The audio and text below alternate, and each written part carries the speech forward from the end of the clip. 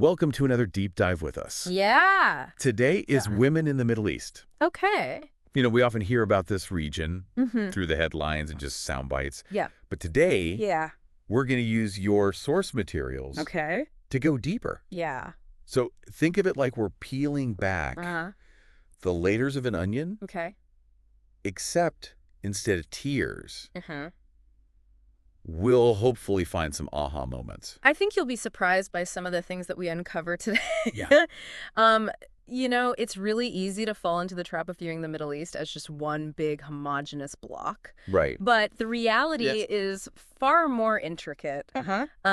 For starters, geographically, we're Yeah. talking about over 20 countries, Right. each with its own distinct history, culture, Yeah. and social dynamics. That's a great point. And, you know, when you see the phrase ancient Mesopotamia, Yeah. what comes to mind?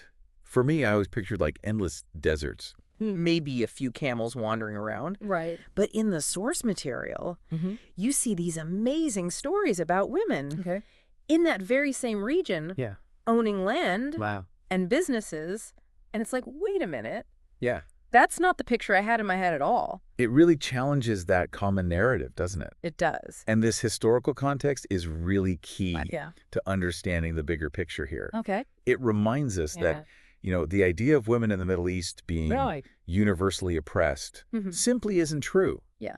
There have been periods where women held considerable power and influence, Wow. just as there have been periods of greater restrictions. Okay.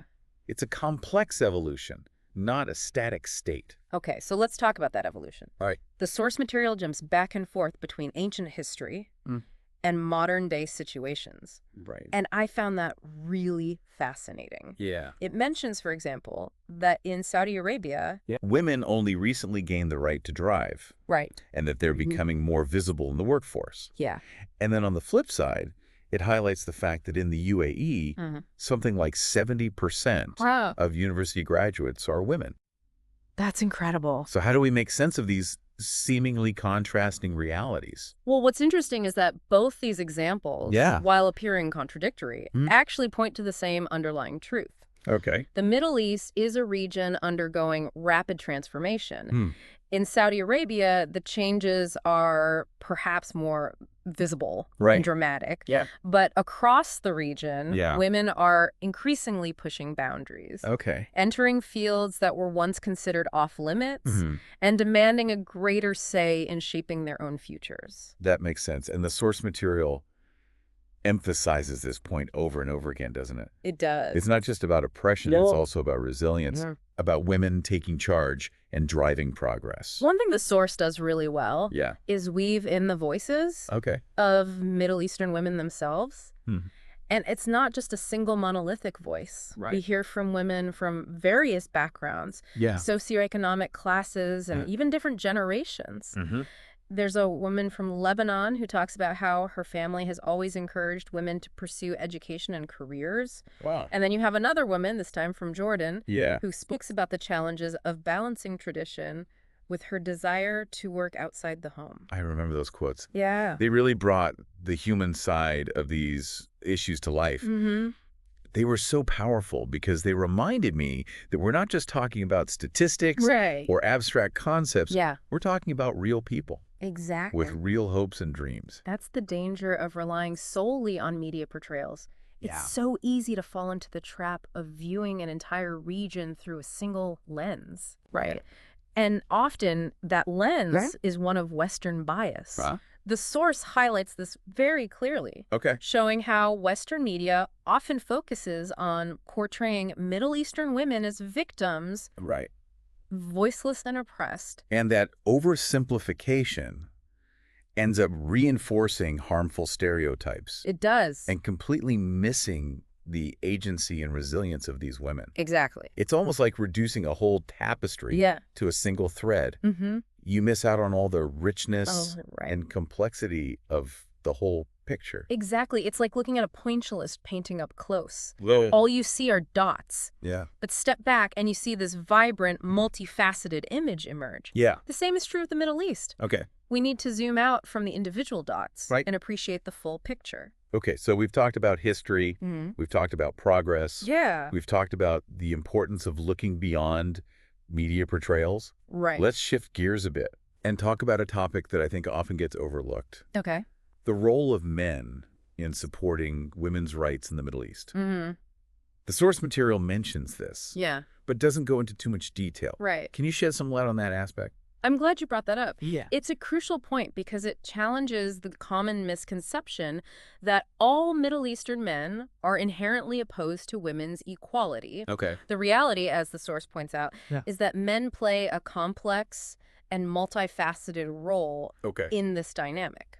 So it's not as simple as saying all men are part of the problem. Not at all. Okay. The source gives some really compelling examples of men acting as allies in the fight for women's rights. Okay. You have fathers accompanying their daughters to school, Wow. husbands supporting their wives' career aspirations, Yeah. and even male activists working alongside women to challenge discriminatory laws and social norms. It's like what we were saying earlier about zooming out to see the whole picture. Right. You can't paint an entire gender with a single brushstroke, can you? Exactly. And the source even highlights how these male allies often face pushback from within their own communities. Yeah. They're challenging traditional notions of masculinity and power, which can be incredibly difficult, especially in societies where those norms are so deeply entrenched. That makes you realize how much courage it takes for these men to stand up and advocate for change, doesn't it? Yeah. It's not just about supporting women, it's about challenging a whole system. And that challenge is often intertwined with political and religious factors. Right. The source touches upon this briefly,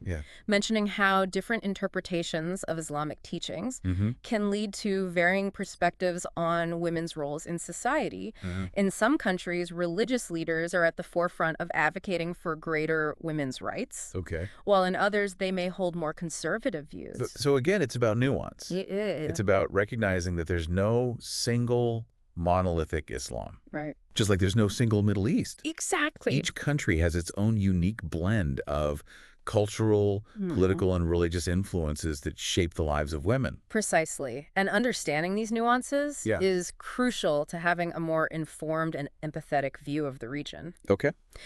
The source does a great job of reminding us that we can't simply impose our own Western values and perspectives onto another culture. Right. It's about listening, learning and respecting different ways of life, even if we don't always agree with them. You know, one thing that really struck me as I was going through these materials was the recurring theme of education. Oh, yeah. It seems like there's a real push across the Middle East to empower women through education. Right. We talked earlier about the high percentage of female university graduates in the UAE. Yeah. And the source mentions similar trends in other countries as well. Why do you think education is such a central focus in this context? That's a great observation. I think there are a couple of reasons why education is seen as such a powerful tool for change. Okay. First, education empowers women economically. Right. It gives them access to better job opportunities and the ability to contribute financially to their families and communities. This, in turn, can shift power dynamics within households and society as a whole. So it's not just about knowledge for knowledge's sake. Right. It's about giving women the tools they need to become more independent and self-sufficient. Absolutely. And the second reason, which is perhaps even more important, is that education challenges traditional gender roles and mindsets. When women are educated, they are more likely to question existing norms and advocate for their own rights. They become agents of change, both for themselves and for future generations. That makes me think of that famous quote, educate a man and you educate educate a woman and you educate a nation. It seems particularly relevant in this context. It really does. And the source material is full of inspiring stories of women who are breaking barriers and paving the way for others. We read about female scientists, entrepreneurs, artists, and activists who are challenging stereotypes and defying expectations. Wow. Their stories are a testament to the transformative power of education. It's almost like education is creating a ripple effect, isn't it? It is. Each educated woman inspires others. Right. Creating a chain reaction of empowerment that spreads throughout society. Exactly. And that ripple effect is not limited to the Middle East. Right. As we become more interconnected globally, the progress made by women in one part of the world can inspire and empower women everywhere. I love that. So even though we're specifically focused on the Middle East in this deep dive, The lessons we're learning have global implications. They do. It's about recognizing the universality of the struggle for gender equality. Right. And finding ways to support each other across borders and cultures. Absolutely. And I think that brings us to one of the key takeaways from this whole exploration. Okay. The importance of moving beyond stereotypes and embracing complexity. Yeah. The Middle East is not a monolith. Right. Women's experiences are diverse, and progress is being made even amidst challenges. Right. And while we've touched on a lot of different aspects of this topic, Yeah. it's just the tip of the iceberg. It is. I mean, we could spend hours talking about the nuances of women's roles in different countries, the impact of globalization, the role of social media in shaping perceptions. There's always more to learn and unpack. Exactly. And that's where you, our listener, come in. Yeah. This deep dive is all about giving you a starting point. It's Okay. like we've provided the map and the compass, and now it's up to you to explore the terrain. And what a fascinating terrain it is. Yeah. The Middle East is a region brimming with history and culture and, yes, complexities. Right. But I think that's what makes it so compelling. It challenges our assumptions, Yeah. pushes us to think critically, and ultimately broadens our understanding of the world. I completely agree. And, you know, as I was preparing for this deep dive, Right. I kept coming back to this one particular point that the source material emphasizes. Okay. It's the idea that simply being aware of these issues isn't enough. Right. We have a responsibility to go beyond awareness and take action. That's such an important point. Yeah. Awareness is the first step, but it's only the beginning. Right. We need to translate that awareness into meaningful action, whether it's challenging stereotypes in our own communities, supporting organizations that are working to empower women in the Middle East, Right. or simply engaging in informed conversations with others. You know, it makes me think about those times when I've heard people make sweeping generalizations about the Middle East or Muslim women. Yeah. In the past, I might have just let those comments slide. But after doing this deep dive, Yeah. I feel like I have a responsibility to speak up, to challenge those assumptions and share what I've learned. And that's how we start to chip away at those harmful stereotypes. Right. It's about engaging in those uncomfortable conversations, Yeah. sharing diverse perspectives, Right. and amplifying the voices of those who are often marginalized. And it's not just about speaking up, is it? No. It's also about supporting organizations and initiatives Right. that are working on the ground to promote women's rights and equality in the Middle East.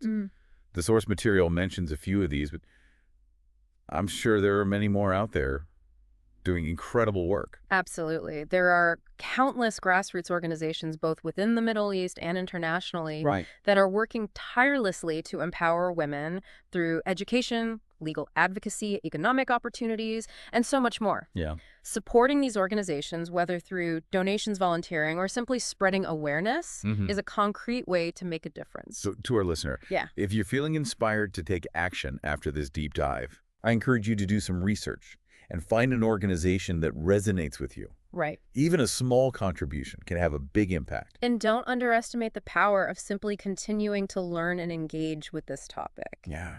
Read books by Middle Eastern authors, follow activists and thought leaders on social media, Right. seek out documentaries and films that offer diverse perspectives. The more we learn, the better equipped we are to challenge our own biases and contribute to a more just and equitable world. Well said. I think we've covered a lot of ground today, We have. from ancient history to modern-day challenges and triumphs and everything in between. Right. We've debunked stereotypes, celebrated the resilience of women in the Middle East, and highlighted the importance of taking action.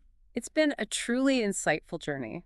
And on that note, we'll leave you with a final thought. Okay. The source material emphasizes that the fight for gender equality is a global one. It is. What's happening in the Middle East is interconnected with the broader struggle for women's rights everywhere. So as you continue to learn and explore, I encourage you to ask yourself, how can I be a better ally, not just for women in the Middle East, but for women in my own community and around the world? That's a great question to ponder. And on that note, we'll wrap up this deep dive. We hope you found it informative, thought-provoking, and maybe even a little inspiring. Until next time, keep exploring, keep questioning, and keep learning.